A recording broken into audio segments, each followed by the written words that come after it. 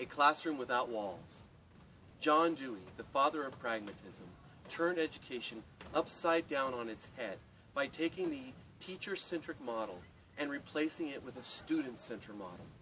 He said, give a pupil something to do, not something to learn. And the doing is of such nature as to demand thinking, learning naturally results.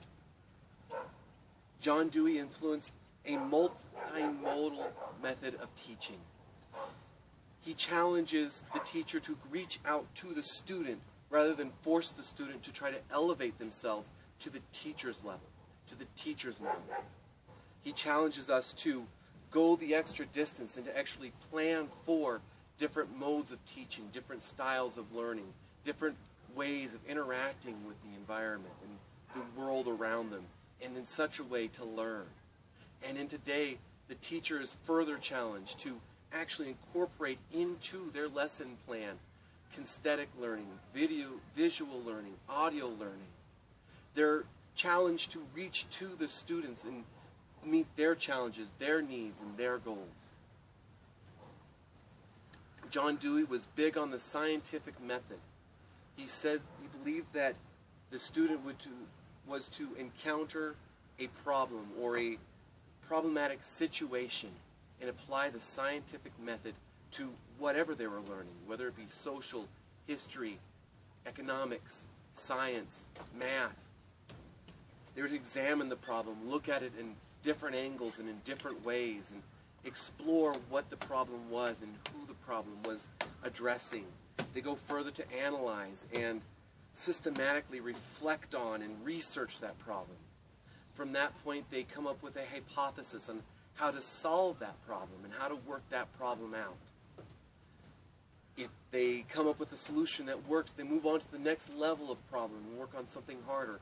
If not, then they go back, and John Dewey didn't see this failure as a failure. He saw it as more learning. He said that the student has much to learn from their failures as they did from their success. And they would try a new hypothesis and work out something else until they were able to elevate to the next level. Service learning today is a huge implication of this style of teaching, where the students go out and they are challenged to face different problems within their society, whether that be homelessness or litter, and they come up with solutions and they work out that problem. John Dewey was big on the democratic society, and not the type that said, making good citizens that vote. To him, the democratic society meant a society without walls, because he rejected the idealist and the realist notion that there's a fundamental and solid truth. But as he was influenced by Darwin, he said that truth and the world and the universe was ever expanding, ever growing, and ever changing. And so him, the democratic society was one without borders and without restraints and without set ideas and set ideologies. Students today are further challenged to learn and work, live and operate in ever-changing and an ever-growing school, and ever increasingly more and more diverse learning societies where their previous cultures might be challenged, their previous ideas are challenged, their notions are challenged.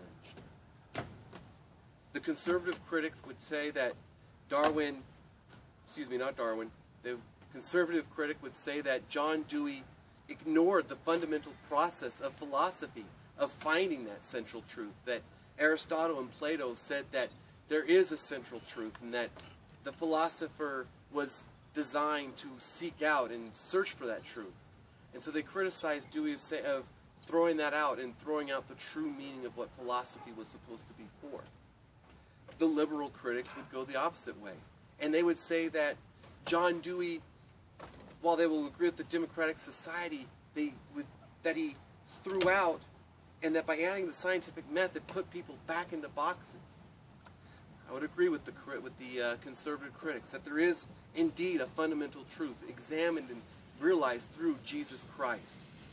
But at the same time, isn't it interesting to reach out to the students, engage them in problematic situations, that they learn and grow in an open environment? Thank you for your time. And that is the contributions of John Dewey to education.